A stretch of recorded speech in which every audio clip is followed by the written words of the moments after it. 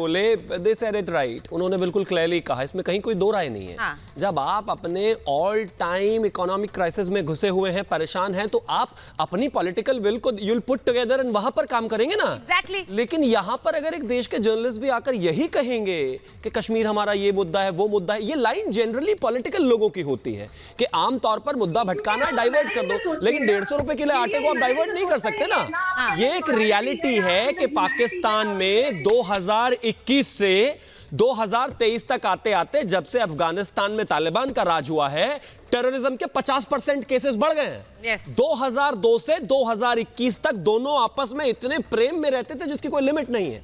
अभी पिछले दिनों टीटीपी का एक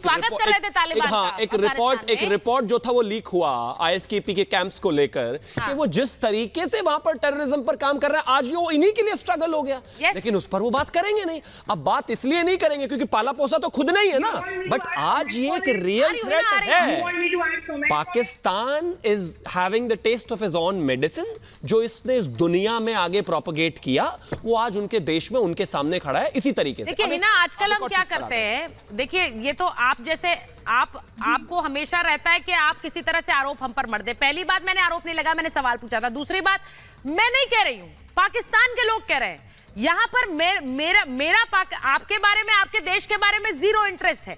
बात इसलिए होती है क्योंकि आप अफगानिस्तान से तालिबान का थ्रेट चलकर पाकिस्तान आया, हमारे लिए भी एक स्टैंडिंग थ्रेट है और हम उसे समझते हैं। ऐसे नहीं है कि आप लोगों की तरह तालियां बजाएं जब दूसरे देश में तालिबान आ रहा है और जब अपने देश में हो तो फिर वहां पर लड़ाई शुरू कर दो। मैं एक तस्वीर एक बार सुनवाना चाहती हूं कि आप लोगों के सियासतदानों ने किस तरह से इसे टैकल किया, उसे लेकर आपकी आवाम क्या कह रही है, वो एक बार सुनती हूं। उसके बाद हिना वापस आ रही हूं और आप फिर जी खोल कर बोलिएगा।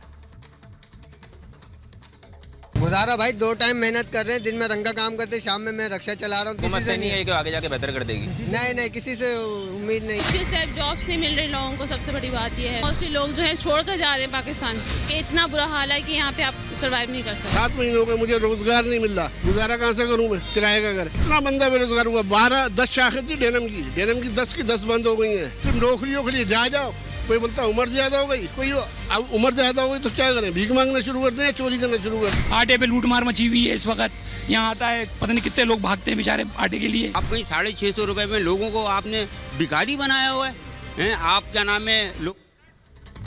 अब मुझे जरा ये बताइए कि राजा फैसल साहब, मैं क्या गलत बोल रही हूँ? ये आपके आवाम की बात है, मैंने नहीं बोला है। और मैं इसलिए ये सुनवा रही हूँ क्योंकि वहां पर जो लोग हैं वो कह रहे हैं कि भाई हम लोग, हमारा खून चूस लिया यहाँ की आवाम ने, यहाँ के नेताओं ने। हम लोग जिस हाल में है वो आप लोगों की वजह से यहाँ के नेताओं ने इस तरह कर दिया। आईएमएफ आपको पैसा नहीं देना चाह रहा है, वो कह रहा है कि पहले के जो पैसे हैं, पहले का ब्याज है, वो अदा करिए। कैसे करेगा पाकिस्तान? देखिए, किसी भी मुल्क की जो आवाम है वो जो भी बात करती है वो बेसिकली एक आईना दिखा रही होती है वहाँ की हुकूमत को, वहाँ के वो लोग जो कि एलीट पर बैठे होते हैं। तो मेरे ख्याल में आजकल जो कुछ भी अवाम कह रहे हैं वो एक आईना दिखाने की कोशिश कर रहे हैं। शायद के हमारे ऊपर बैठी हुई अशराफिया इस चीज को भांप ले और उस लिहाज से फिर मिल बैठ के फैसले करे।